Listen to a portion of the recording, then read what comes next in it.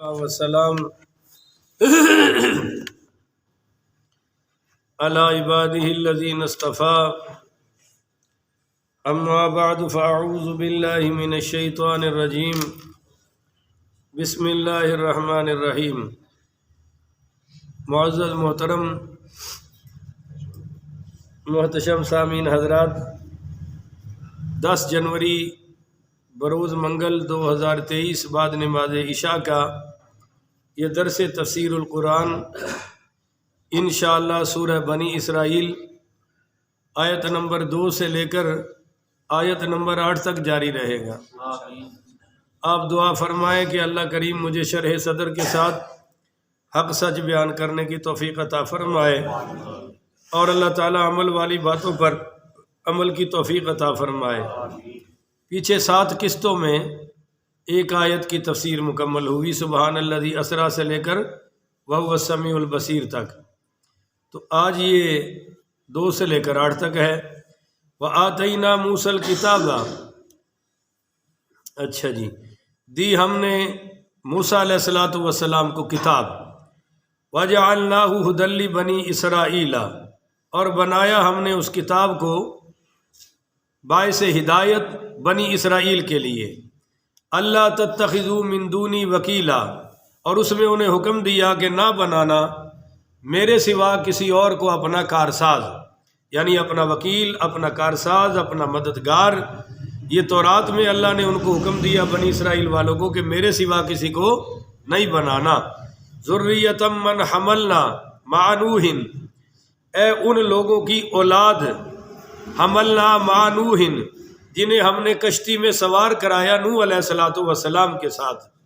یعنی بنی اسرائیل ایک تو نبیوں کی اولاد ہے، اور دوسرا آپ کو پتہ ہے کہ بچے صرف وہی جو سیدنا نوح علیہ السلام کی کشتی میں سوار ہوئے۔ تو جیسے آپ نہیں کہتے کسی آدمی کو کہ یار تیرا باپ تو بڑا عالم تھا، بڑا قاری اور حافظ اور امام مسجد تھا، اور تو دیکھ کیا حرکتیں کر رہا ہے، تیرا والد صاحب تو حاجی تھا، تیرا والد صاحب تو بہت نیک تھا۔ تو اللہ تعالیٰ احساس دلا رہا ہے کہ ذریۃ من حملنا مع نوح، اے ان کی اولاد جن کو ہم نے نوح کی کشتی میں سوار کر کے نجات عطا فرمائی۔ اپنے ماں باپ کی عظمت دیکھو کہ سارے جہان کو ہم نے غرق کر دیا، پر جن کی تم اولاد ہو یعنی تمہارے آباء و اجداد، ان کو ہم نے سیدنا نوح علیہ السلام کے ساتھ وہ کشتی میں سوار کر کے نجات عطا کر دی۔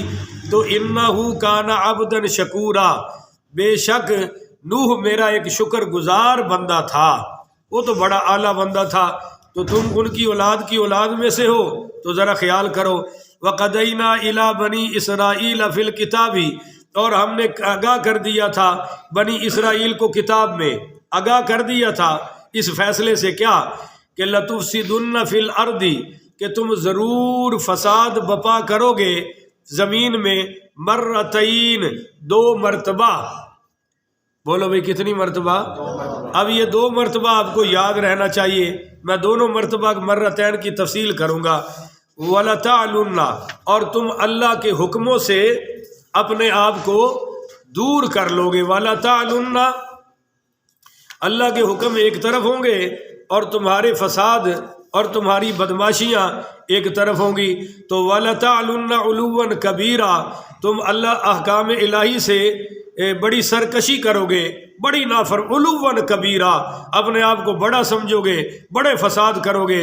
فَإِذَا جَاءَ وَعْدُ أُولَاهُمَا، پس جب آ گیا پہلا وعدہ ان دونوں وعدوں میں سے، بَعَثْنَا عَلَيْكُمْ، تو ہم نے تمہاری سرکوبی کے لیے، تمہیں ختم کرنے کے لیے، عباد لنا اولی باس شدید، بھیج دیے ہم نے اپنے چند بندے جو بڑے کرخت اور بڑے سخت تھے۔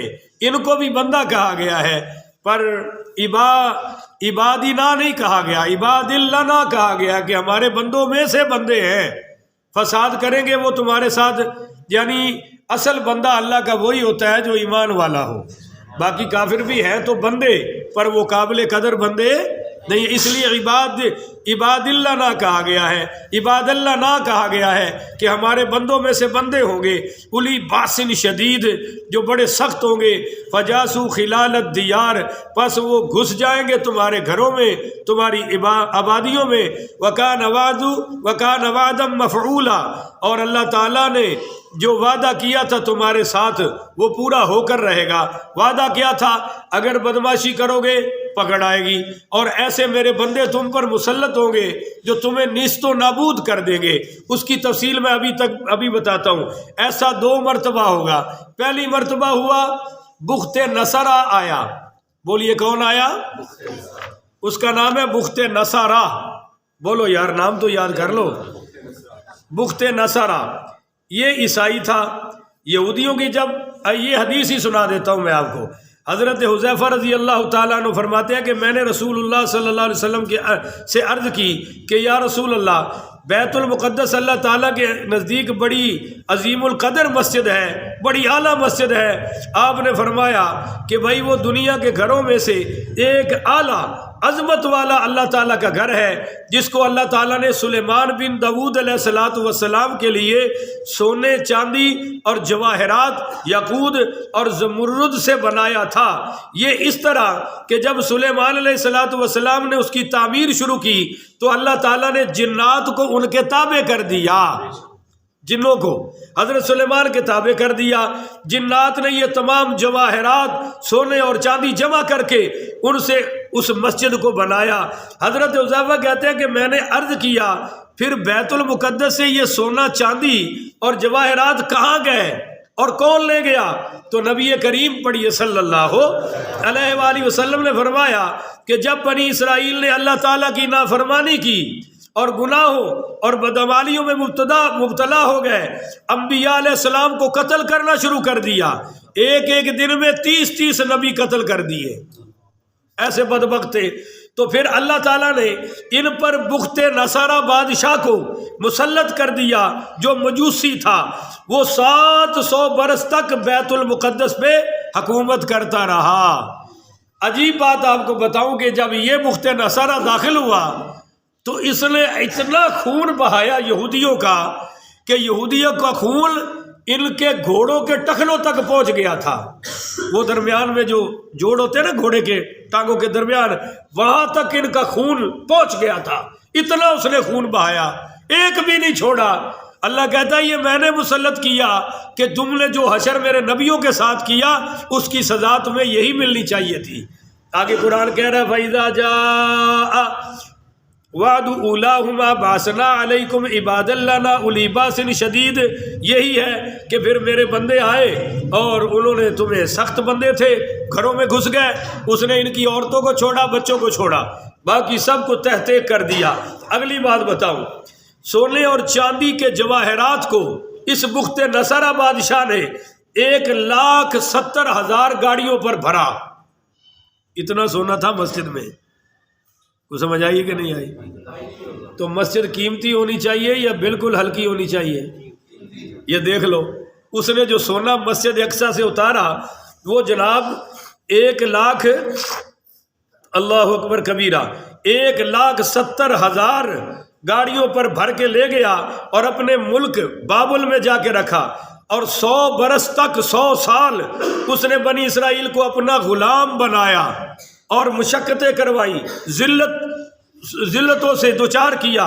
پھر اللہ تعالیٰ نے فارس کے بادشاہوں میں سے ایک بادشاہ کو بخت نصارہ کے مقابلے میں کھڑا کر دیا، جس نے اس کے شہر کو فتح کر لیا، اور باقی ماندہ جو بچے تھے بنی اسرائیل والے یہودی، ان کو بخت نصارہ کی قید سے آزاد کرا دیا، اور جتنے اموال، سونے، چاندی وہ بیت المقدس سے لے گیا تھا ان سب کو وہ واپس بیت المقدس میں لایا۔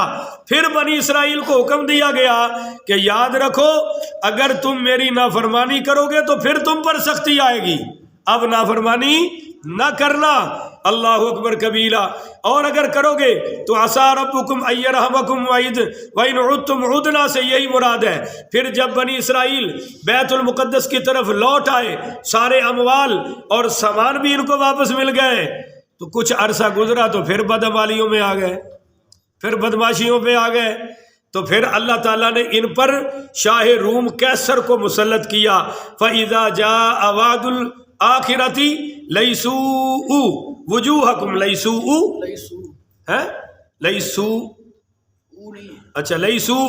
وُجُوهَكُمْ سے یہی مراد ہے کہ پھر دوسرا وعدہ آیا اور اس شاہ روم نے ان لوگوں پر غلبہ حاصل کیا، بری اور بحری دونوں راستوں پر جنگ کی اور بہت سے لوگوں کو قتل کیا، قید کیا، پھر ان کے سارے مال بیت المقدس میں سے وہ بھی 1,70,000 گاڑیوں پر بھر کر لے گیا اور اپنے کسینۃ الذہب میں رکھ دیا، اور یہ سب اموال ابھی تک وہاں ہے، آج تک بھی وہاں ہے اور رہیں گے۔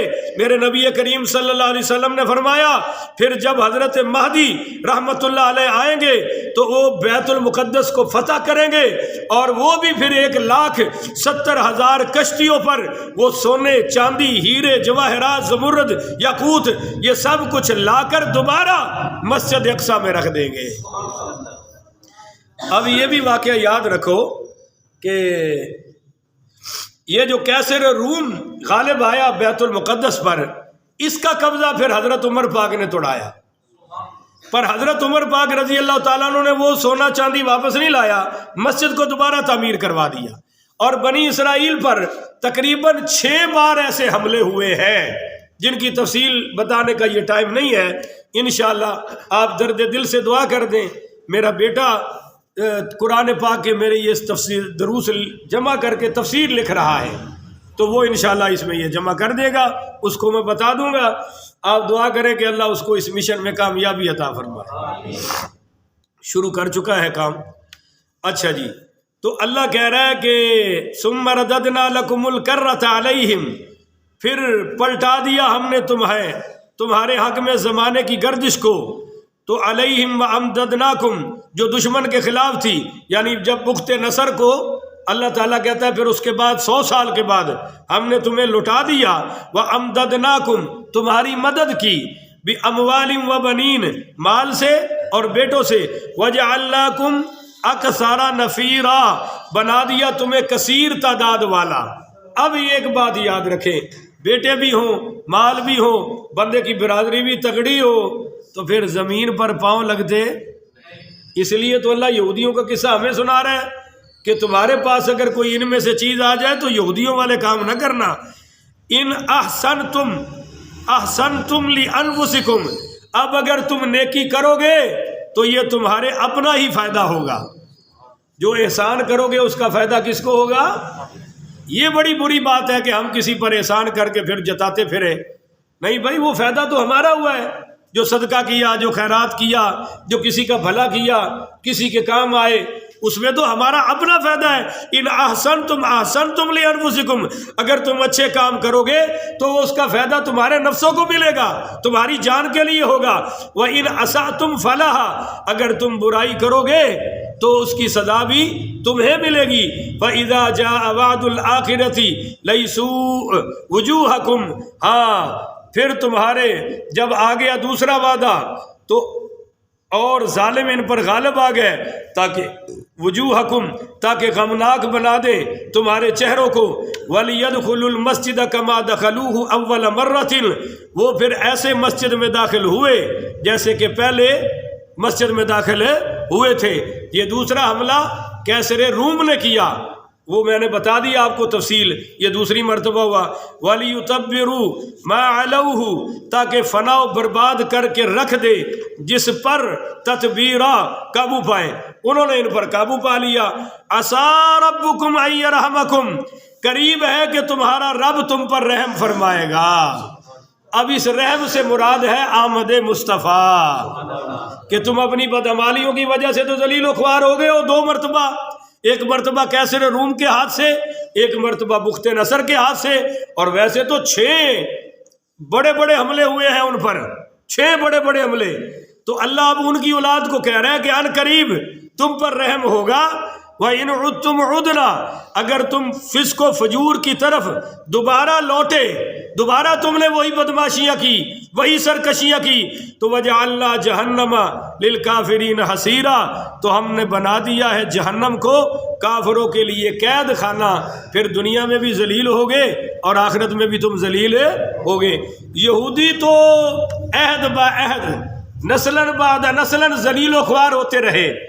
حضرت عمر نے بیت المقدس فتح کر لیا، اب وہ جو یہودیوں کا قبضہ ہے جس کو بنی اسرائیل کہتے ہیں وہ چند لاکھ ہیں۔ آپ حیران ہو گئے جناب، تعداد میں وہ مسلمانوں سے تھوڑے ہیں، عرب مسلمانوں سے، عرب تو لاکھوں میں ہیں، کروڑوں میں ہیں، اور یہ چند لاکھ ہوں گے بنی اسرائیل والے۔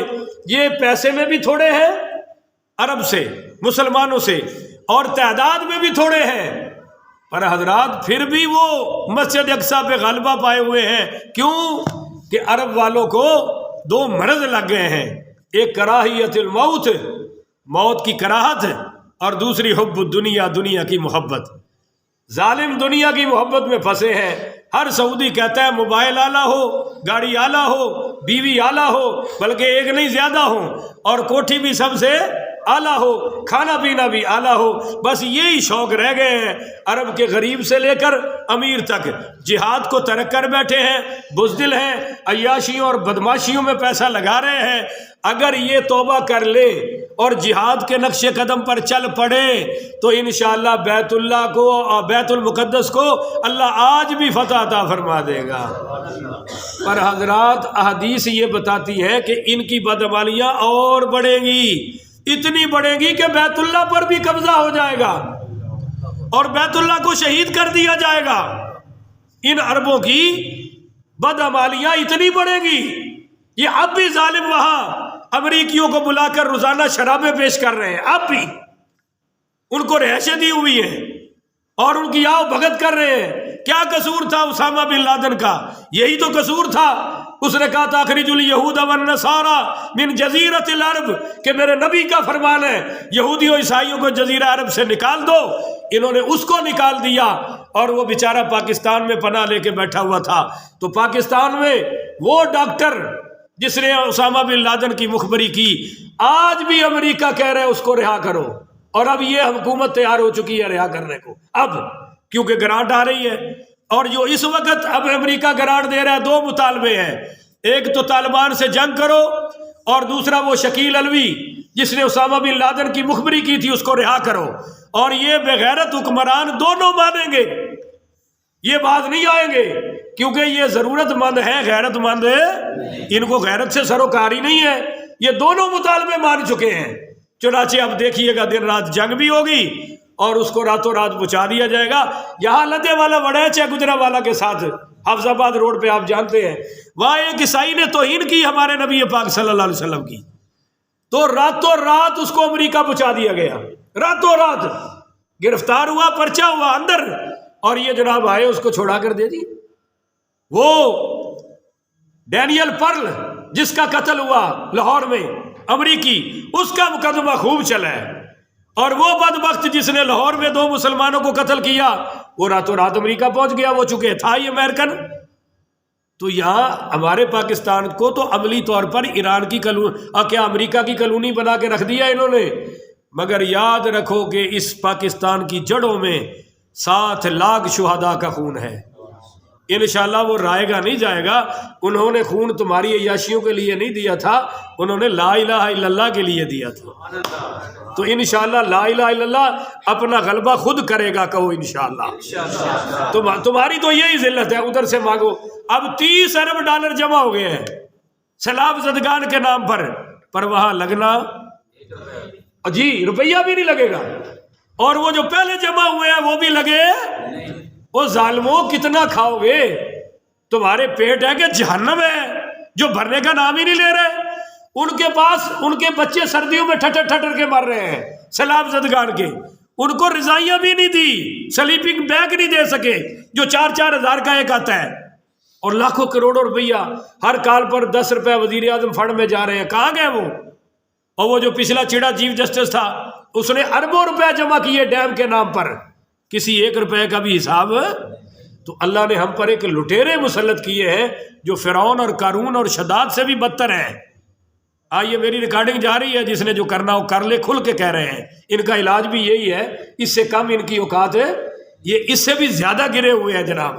تو میں عرض کر رہا تھا ان عرب والوں کی بدعمالیوں کی وجہ سے تو اس بیت اللہ پر بھی حملہ ہوگا، میرے نبی نے خبر دی ہے، اور یہ بیت اللہ منہدم ہو جائے گا، ایک نشان رہ جائے گا، اور میرے اور آپ جیسے لوگ اس نشان کے گرد طواف کرتے رہیں گے۔